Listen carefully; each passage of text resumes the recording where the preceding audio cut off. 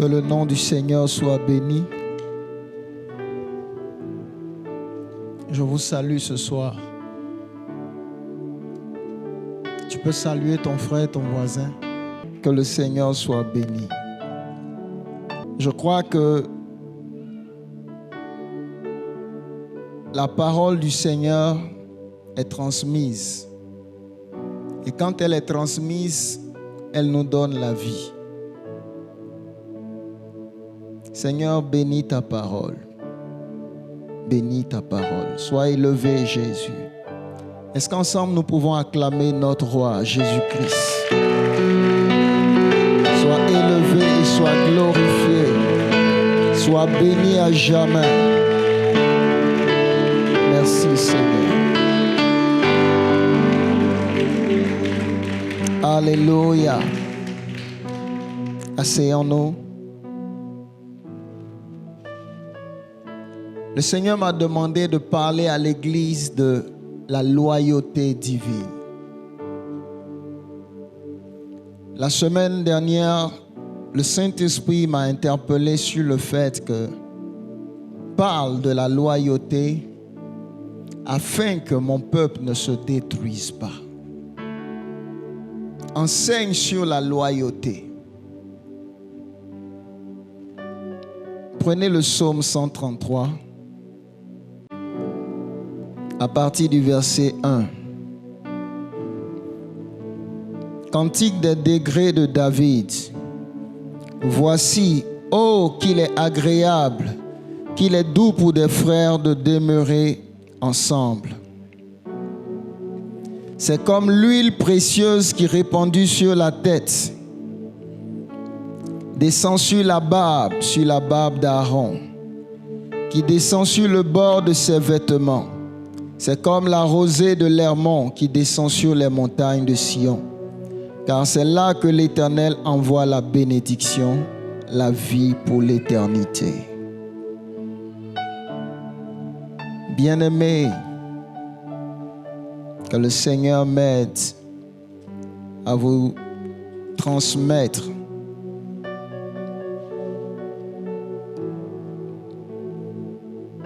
parce que si le Seigneur doit établir un tabernacle, il faut que nous ayons les fondements.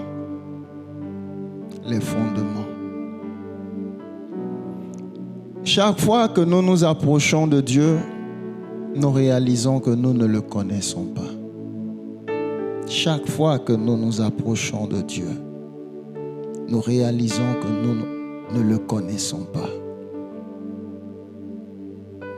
Et le Saint-Esprit me dit, parle de la loyauté. Parle de la déloyauté. Pour bien comprendre la loyauté, son inverse, son opposé, c'est la déloyauté. Vous savez,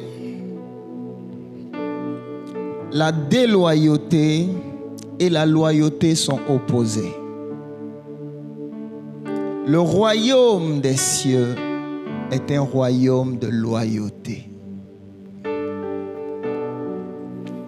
Et Lucifer est celui qui a donné le principe de la déloyauté. Le principe de la déloyauté est venu de Lucifer. Beaucoup ne savent même pas ce que c'est que la déloyauté. Parce qu'il y a des choses on enseigne directement, mais certains ne savent même pas de quoi on parle. L'homme déloyal, pendant que je vais ouvrir, vous allez comprendre. Mais le terme simple, c'est l'homme infidèle. L'homme déloyal est un homme infidèle. C'est l'homme faux. C'est l'homme qui viole les principes qui fondent une relation vraie. Et vous allez comprendre au fur et à mesure que nous allons expliquer. Le royaume des cieux est le royaume de la loyauté. Et les anges ne connaissent pas l'esprit de déloyauté. Parce que les anges sont dans l'esprit un. Les anges ont un esprit d'intégrité. Ils sont de l'esprit de l'Éternel. Et celui qui a engendré ce principe est le principe de Lucifer. Vous devez comprendre une chose, c'est que la déloyauté est une gangrène qui est rentrée dans l'humanité spirituellement. Spirituellement.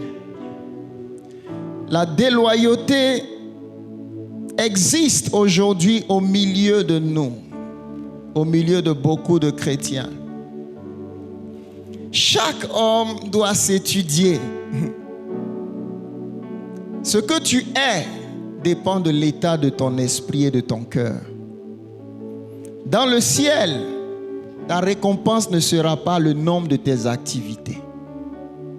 Waouh! Waouh! Je vais dire la phrase, ma fille.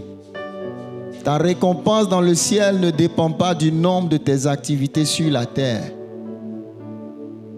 mais de ce que ton esprit sera devenu au soir de ta vie.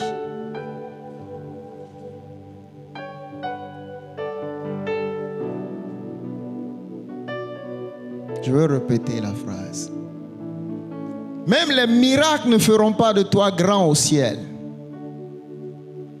Ce que ton esprit sera devenu au soir de ta vie, c'est ce qui retourne au ciel.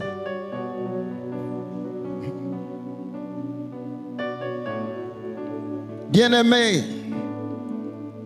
le Seigneur a attiré mon attention. Il dit, parle de la déloyauté. Car toute œuvre, tout tabernacle que Dieu veut bâtir doit d'abord avoir un fondement de loyauté. Parce que la vision n'a pas d'avenir si elle est bâtie sur des hommes déloyaux. Une vision bâtie sur des hommes déloyaux est une vision sans avenir. Et Jésus a dit, je bâtirai mon église. Il dit, tu es Pierre, Petra. Sur cette pierre, je bâtirai mon église. Sur cette quoi? Cette loyauté, cette fermeté. Pierre, tu n'es pas deux. Pierre, tu es comme ça. C'est pourquoi, quand ils sont venus attaquer le maître, il a sorti, il a coupé l'oreille de Malchus. Pourquoi il choisit Pierre? On dit qu'il est, d'autres dans les commentaires disent qu'il était impulsif, sanguin. Mais en réalité, cet homme, soit il est avec toi, soit il n'est pas avec toi. Et Jésus dit, Pierre, c'est toi sur qui je bâtirai mon église. Et l'église de Christ n'a pas d'avenir. Une mission que Dieu fonde n'a pas d'avenir si elle n'a pas des hommes loyaux. Une église peut avoir 1000 membres, mais sans hommes loyaux, elle n'a pas de membres. Elle n'a pas de membres. La déloyauté est une gangrène dans l'église aujourd'hui. C'est une arme que Satan utilise pour détruire la vision de Dieu. L'église, ce n'est pas les bâtiments. Si nous tous qui sommes ici, nous quittons ici, ce n'est plus l'église. L'église, c'est les hommes qui sont là. C'est mon assemblée. Et l'assemblée d'une œuvre qui vient de Dieu doit rechercher l'esprit de loyauté. Parce que le fondement principal pour bâtir une vision de Dieu, c'est l'esprit de loyauté. La loyauté est tellement importante que si elle n'est pas là, l'église n'aura pas d'expansion. Même si l'expansion devient forte, qu'il y a la déloyauté, toute cette expansion ne sert à rien. Seule la loyauté bâtit et maintient la vision de Dieu. il y a exigence de loyauté lorsque Dieu est en train de travailler. Je répète cette phrase. Il y a une exigence de loyauté quand Dieu est en train de travailler, car Satan, pour détruire ce que Dieu fait, va manifester le principe luciférien qui est le principe de la déloyauté. C'est le principe qui divise, qui détruit.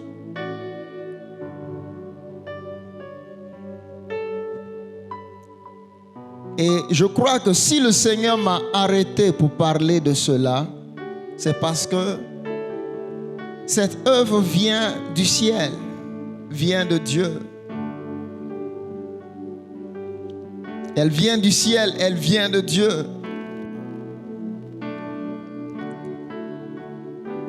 C'était hier, j'étais là et il y avait quelques chants que j'avais enregistrés et même quelques messages. Et j'écoutais les messages, j'étais obligé de fermer la porte et je pleurais. Je pleurais. Et j'écoutais et j'ai dit non, et moi je ne peux pas prêcher ça. Où est-ce que ça vient?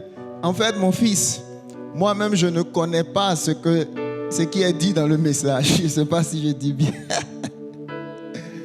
C'est-à-dire quoi? Moi-même je ne connais pas, je suis enseigné par cela. J'ai dit non. Et j'ai dit non, ça vient de Dieu. Et Dieu m'a dit des multitudes seront sauvés par ce canal. Mais si le fondement est plein de déloyauté, vous n'avancerez pas. Je n'ai pas besoin de la masse. Je vais faire. Dieu va faire. Ce que je dis, oui. Parce que la chose ne dépend pas de l'homme, mais ça vient de Dieu. Dieu va faire. Il m'a dit, je vais faire des choses. Voici cette phrase, je me souviens. Il dit, je ferai des choses que les gens auront peur. Je vais le faire dans cette œuvre. Certains vont dire, ça, est-ce que ça peut être Dieu? Ça ne sera pas des choses normales. Mais regardez le psaume 133. Cette vision, comme je vous l'ai dit, ne vient pas de moi, mais elle vient de Dieu. Et le psalmiste dit une chose, le psaume de David. Il dit, il est agréable et doux pour des frères d'être ensemble. C'est comme l'huile précieuse qui descend sur la tête et sur la barbe d'Aaron, qui descend sur le bord de ses vêtements. C'est comme la rosée de l'Hermon, qui descend sur les montagnes de Sion. Il dit, c'est là que l'Éternel envoie la bénédiction, la vie pour l'éternité. Il y a un ordre de loyauté qui engendre la bénédiction du ciel.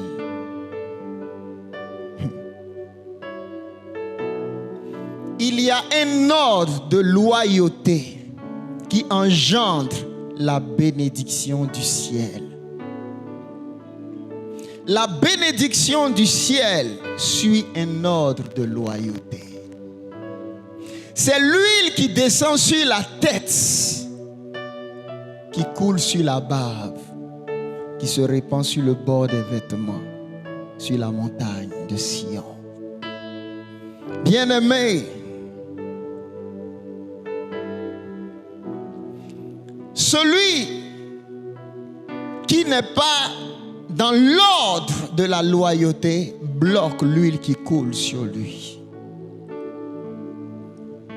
Sur chaque œuvre bâtie par Dieu, il y a une huile qui coule du ciel. Ce qui vient du ciel descend sur la tête. Et la barbe, les vêtements qu'ils reçoivent sont tous ceux qui sont liés à cette vision divine.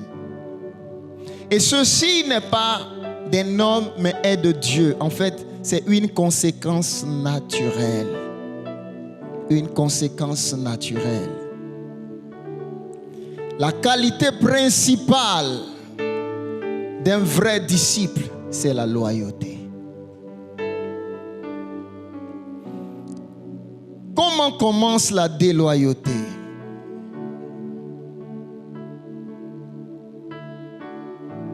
La déloyauté commence dans l'esprit. La déloyauté commence dans l'esprit. La déloyauté est dans plusieurs milieux. La déloyauté dans un foyer. La déloyauté dans une entreprise. La déloyauté même entre des amis. Et dans ma petite expérience, j'ai vu des personnes très déloyales. Et je dirais même qu'elles sont dangereuses. La déloyauté commence dans l'esprit. Sachez bien une chose. Chaque fois que Dieu doit travailler sur la terre, Dieu a besoin des vases humains. Dieu a besoin des hommes pour travailler. Dieu prend des hommes avec leur imperfection. Moïse n'était pas parfait, mais Dieu l'a pris. Parce que Dieu avait quelque chose à faire avec Moïse. Tout ce que Moïse avait à faire, c'était de recevoir et de communiquer. Moïse n'avait rien, n'avait pas de vision. Quand je rencontre des personnes qui disent « Moi, voici ma vision, moi, voici ma vision », ça ne veut rien dire pour Dieu. Ça ne veut rien dire pour Dieu. Ouvrir une église n'est pas une vision de l'homme, non, non. Je peux avoir la vision des affaires, vision des taxis, vision de ça, vision de... Mais l'œuvre divine n'est pas une vision humaine. Une telle vision ne vient pas de Dieu. En réalité, Moïse n'a aucune vision. Moïse n'a pas de vision. Il n'est qu'un canal de la vision d'en haut. Aussi longtemps qu'un homme est rempli d'une vision propre, en réalité, il s'oppose à la vision d'en haut. La vision d'en haut est une chose parfois avec laquelle tu luttes, tu parles. Marie n'a pas choisi d'être enceinte. La vision d'en haut est venue vers elle. Regardez, la vision d'en haut est une grâce que Dieu amène sur vous. Et vous devez comprendre une chose. Chacun a la nature d'une grossesse. Chacun a la nature d'une grossesse. Élisabeth a eu une grossesse. Elle porte Jean-Baptiste. Élisabeth ne peut dire je porte le Messie. Marie porte une grossesse. Elle porte le Messie. Quand Élisabeth rencontre Marie, ce qui est dans le ventre d'Élisabeth bouge. Parce qu'elle a rencontré Marie. Bien-aimée, suivez ce que je suis en train de dire. Marie ne choisit pas ce qui est dans son ventre. C'est Dieu qui choisit. Mais il y a un lien entre ce qui est dans Marie et ce qui est dans Élisabeth. Les hommes qui ont reçu une vision de Dieu, vous verrez quelque chose, ils sont en paix. L'homme qui n'a pas reçu une vision de Dieu, il se bat pour accomplir une vision. L'homme qui a reçu une vision de Dieu est en paix. Car il sait une chose, qu'il n'a pas choisi cette grossesse. Si vous voyez un homme, je ne dis pas d'être la lassitude de ne pas... Non, ce n'est pas de ça que je parle. Mais si vous voyez un homme trop empressé pour certaines choses, vérifie bien, est-ce qu'il a reçu une vision de Dieu? La vision de Dieu est une grossesse divine. Je garde cette parenthèse. La déloyauté commence dans l'esprit. Quand ton esprit n'arrive plus à supporter, par exemple, les paroles de ton pasteur, de ton leader, la déloyauté a commencé. Si d'habitude, ton leader te reprenait, ça ne te disait rien. Et le jour où il te reprend, ça commence à te faire quelque chose. La débilité a commencé. En fait, vous ne regardez pas à ce qui se passe dans votre être intérieur. Celui qui veille sur son être intérieur veille sur les portes de son esprit. La déloyauté vient par la frustration. L'homme qui se frustre vite sera très déloyal. J'ai l'habitude de raconter cette histoire. J'avais un de mes amis qui allait chercher Dieu. On priait, il voulait servir le Seigneur. Je savais qu'il avait un appel. Et moi, je priais. Je n'ai rien dit. Et Dieu m'a montré son ministère. Et quand je l'ai vu dans ce ministère, j'ai dit, waouh, c'est lui qui est là. Je n'avais jamais vu cela. Et quand il est allé jeûner, il dit, Dieu m'a parlé. Dieu m'a dit, c'est avec toi que je dois servir. J'ai dit, ah, on est des amis, hein, mais si Dieu t'a parlé, libre de venir, il n'y a pas de problème. Et on était ensemble. Et un jour, un programme comme cela. Ce jour, je faisais les délivrances. Et pendant que les cas tombaient, eux se sont mis là-bas. Et je me suis tourné vers eux, j'ai crié. J'ai dit, mais regardez les gens qui tombent. Pourquoi vous êtes là-bas? J'ai crié, pas comme je parle maintenant, j'ai crié à haute voix. Et il est revenu aider. Et quelques temps après, il est venu me dire, Dieu me dit que le temps est arrivé, que je dois partir. J'ai dit, ah, ok. Béni soit le Seigneur. Je ne suis pas en train de dire Dieu ne peut pas te dire, non, Dieu peut te dire cela. Mais moi, je bénissais le Seigneur, j'ai prié pour lui. Et c'est des temps après que l'ange de Dieu, par sa grâce, va me donner une vision. Et Dieu m'a montré ce qui s'était passé. Dieu m'a montré comment est-ce que le fait, quand je l'ai repris, quelque chose est rentré. C'est mystérieux. Hein? C'est-à-dire, la chose est venue comme, vous voyez, dans les films avant, nous, on aimait les westerns là. Ils ont un truc, ils font, ils soufflaient, ça a des pics, tu vas tomber. C'est comme quelque chose qui t'a empoisonné. C'est ça. J'ai vu la chose est venue quand il s'est piqué, c'est rentré. Et quand c'est rentré, j'ai vu la poitrine commencer à s'enfler. Et Dieu dit, voici comment c'est rentré. C'est comme ça qu'il est devenu déloyal. Je ne l'ai jamais dit de partir. Mais la frustration est devenue la voix. Oui, la frustration parle. Oui, ça va te parler. Oui. C'est devenu la voix de Dieu. Et quelque temps après, j'ai commencé à apprendre des choses que je sais qu'il n'est pas comme ça. Des choses étonnantes qu'il a commencé à faire. Certains de mes enfants venaient ici et disaient, hé papa, voici ce qui nous a rassemblés, voici ce qu'il nous a dit. Ça me faisait pitié. Quand un homme commence à se réduire à la bassesse, tu sais qu'un autre esprit est rentré. Je répète quelque chose. Quand quelqu'un commence à te prendre, et puis il te prend, il te commence à parler d'un autre homme de Dieu, comme ça, un autre esprit est rentré. Parfois, je reçois des personnes ici qui servent certains hommes de Dieu. Et un jour, j'ai reçu une jeune fille ici. Son père spirituel, un homme que je connais, a tenté de sortir avec elle. Peu s'en est fallu. Ils sont arrivés même loin. Ils ont commencé à flirter, tout cela. Et sa tête a commencé à être mélangée. Et là maintenant, il voulait passer maintenant à l'autre étape. Et puisque la chose était tellement... Et puisque elle sait, donc elle est venue me voir.